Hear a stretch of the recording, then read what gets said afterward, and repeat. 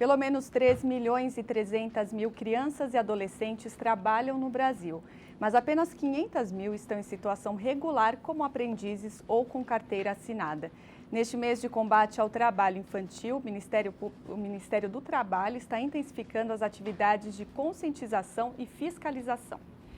Para falar do assunto, eu recebo o coordenador do projeto de combate ao trabalho infantil da Superintendência Regional do Trabalho e Emprego em São Paulo, Eduardo Azevedo. Tudo bem, Eduardo? É um prazer recebê-lo no estúdio. Obrigado.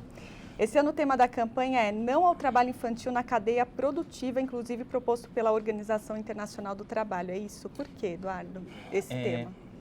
O trabalho hoje já não é mais feito como antigamente, né? Antigamente a fábrica concentrava todos os trabalhadores num só local, estavam todos os trabalhadores ali, mas a forma de produzir hoje, com a globalização, com as novas formas de informação e de transporte, o trabalho foi descentralizado. Então, hoje, algumas empresas que se apresentam, por exemplo, no comercial, elas muitas vezes não produzem os produtos que elas vendem. Esses produtos muitas vezes são produzidos por terceiros, por empresas que são contratadas.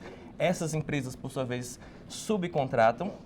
Então, é isso que a gente chama de cadeia produtiva, esse processo em que o trabalho, o produto do trabalho, ele não está diretamente sendo fornecido pela empresa que está oferecendo. Então, existe uma cadeia que está por trás daquele produto. E muitas vezes a gente verifica isso também no trabalho infantil e no trabalho escravo, principalmente. Ao final dessa cadeia, a gente vê que o trabalho está sendo bastante precarizado, né? Essa subcontratação, esse distanciamento, muitas vezes está levando à precarização do trabalho. Então, a ideia da campanha é exatamente jogar luz sobre essa cadeia e ver como está sendo produzido esse produto que está chegando ao consumidor final.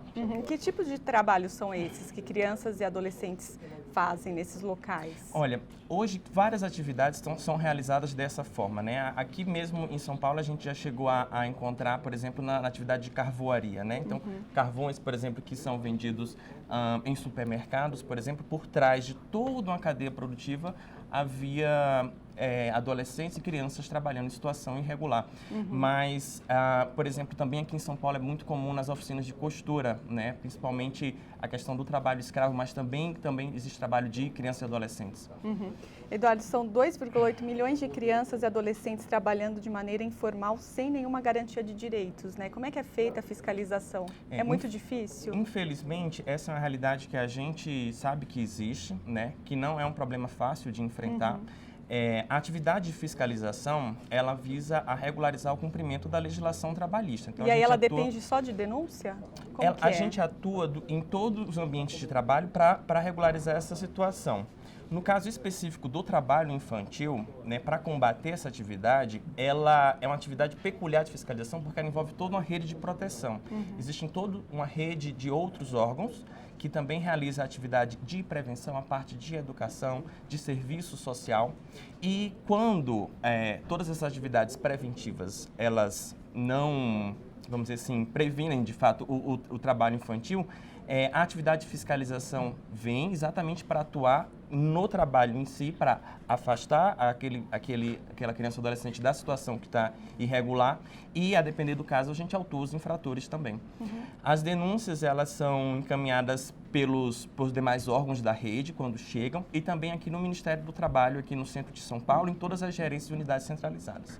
Eduardo, como é que as crianças chegam para o mercado de trabalho? É por conta dos pais? É para aumentar a renda nas suas casas? Como é que acontece isso geralmente? São diversas situações, né? Cada região, cada família tem a sua peculiaridade, né? O que a gente acompanha no Ministério do Trabalho, né, é a questão, o ingresso do jovem no mercado de trabalho. Existe um programa de aprendizagem a partir dos 14 anos, que é feita uma parte teórica e uma parte prática, e de acordo com as atividades que são compatíveis com a idade que ele desenvolve, né? Infelizmente, a gente sabe que por diversos problemas de desigualdade social, econômica, enfim, algumas crianças e adolescentes são levadas de forma precoce ao mercado de trabalho e isso acaba acarretando prejuízos ao longo da vida dele. Né? Que prejuízos são esses, por exemplo, nos casos de combate ao trabalho escravo, foi verificado que muitos trabalhadores resgatados, eles começaram a trabalhar quando eram crianças e adolescentes. Então, isso prejudica a qualificação dele, prejudica os empregos que ele depois vem enfim, as oportunidades de trabalho que ele depois pode vir a conseguir no mercado de trabalho, enfim. Esse ingresso precoce no mundo do trabalho, ele tem acarretado prejuízo para o trabalhador. No caso, na verdade, ele não é nenhum trabalhador, né? Mas lá na frente, inclusive, quando ele vier a se tornar um trabalhador em condições de trabalhar, enfim, isso vem prejudicando, inclusive, esse trabalho dele. Eduardo, e qual é o papel dos pais, então, nesse caso, nessas situações? Porque muitas vezes eles mesmos que obrigam as crianças a trabalharem. Como conscientizar, né, esses pais? Infelizmente, esse é um problema social que a gente diretamente na fiscalização não trabalha diretamente com os pais, né? Na rede de proteção, o serviço social ele vai atuar mais especificamente nas famílias, identificar que problemas estão acontecendo naquela família, se está tendo algum problema relacionado a outra causa, o que é que está, se aquela criança está na escola, como que está atuando os municípios, os estados, com relação à educação daquela criança, que está fazendo com que ela tenha que ir de forma precoce ao mercado de trabalho. E esse trabalho que o Ministério do Trabalho está fazendo este mês, como é que serão feitas essas ações, a intensificação dessas ações? Então, o que vai acontecer de diferente nesse mês de junho? Todo ano são realizadas ações de trabalho infantil, né, de combate ao trabalho infantil. Aqui no estado existe um projeto nacional de combate ao trabalho infantil, aqui no estado também. Então, nas 25 unidades centralizadas do Ministério do Trabalho aqui no estado estão sendo realizadas ações fiscais,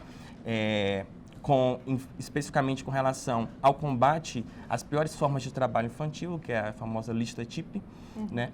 E exatamente a gente não tem dados ainda, algumas ações ainda estão sendo realizadas, a gente não tem dados especificamente dessas ações desse ano, mas elas estão sendo voltadas exatamente para o tema dessa campanha. Eduardo, muito obrigada pela entrevista. Eu que agradeço, Adriana. Boa tarde.